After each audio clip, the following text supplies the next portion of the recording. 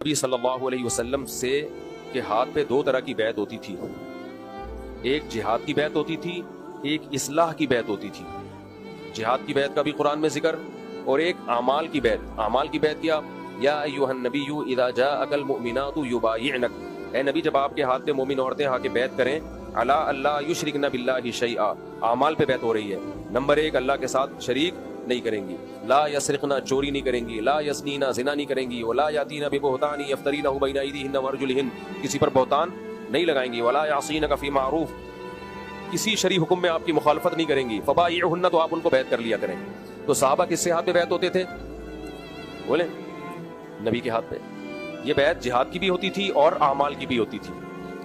جب نبی صلی اللہ علیہ وسلم دنیا سے گئے ہیں تو جہاد اور خلافت والی بیعت تو باقی رہی، اعمال والی بیعت کو وقتی طور پہ ختم کر دیا گیا، کیونکہ جو مشائخ تھے اگر وہ نبی کے نائب بن کے لوگوں کو بیعت کرتے تو خطرہ تھا بغاوت نہ ہو جائے، کیونکہ خلیفہ کے ہاتھ پہ بیعت ہو رہی تھی اور اس وقت بغاوتوں کے خطرے بہت تھے، اسلامی حکومت پوری طرح اسٹیبل نہیں ہوئی تھی، تو اس میں خطرہ تھا کہ بھئی بیعت کر رہا ہے، ایسا نہ ہو کل خلافت کا اعلان کر دے۔ لیکن جب اسلامی حکومتیں مضبوط ہو گئیں، یہ خطرہ ختم ہو گیا، تو علماء نے اسی بیعت کے عمل کو دوبارہ زندہ کیا کہ لوگوں سے جہاد پہ یا خلافت پہ بیعت لینا خلیفہ کا کام ہے، حاکم وقت کا کام وہ علماء نہیں کریں گے۔ وہ کون کرے گا؟ حاکم وقت، اس کے ہاتھ پہ بیعت۔ لیکن اصلاح کی بیعت کون کرے گا؟ بزرگان دین اور علماء کرام۔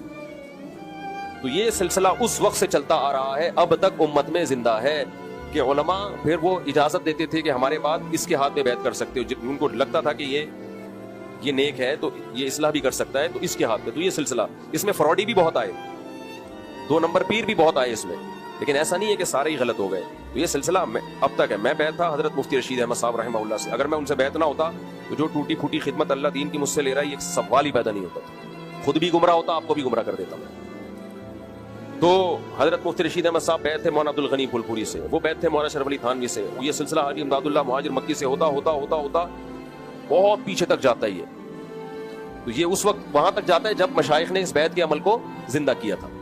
تو اس کے فائدے بہت ہیں، لیکن بیعت ہونا کس سے، یہ بہت امپورٹنٹ چیز ہے۔ نمبر ایک، اسے پہلے بزرگ سے خلافت ملی ہو، اجازت بیعت ملی ہو، اپنے بارے میں خود نہ کہتا ہو کہ میں میرے ہاتھ پہ بیعت کروں میں، بلکہ اس کو پہلے جو سلسلہ چلا آ رہا ہے مشائخ کا، ان میں سے کسی سلسلے سے اجازت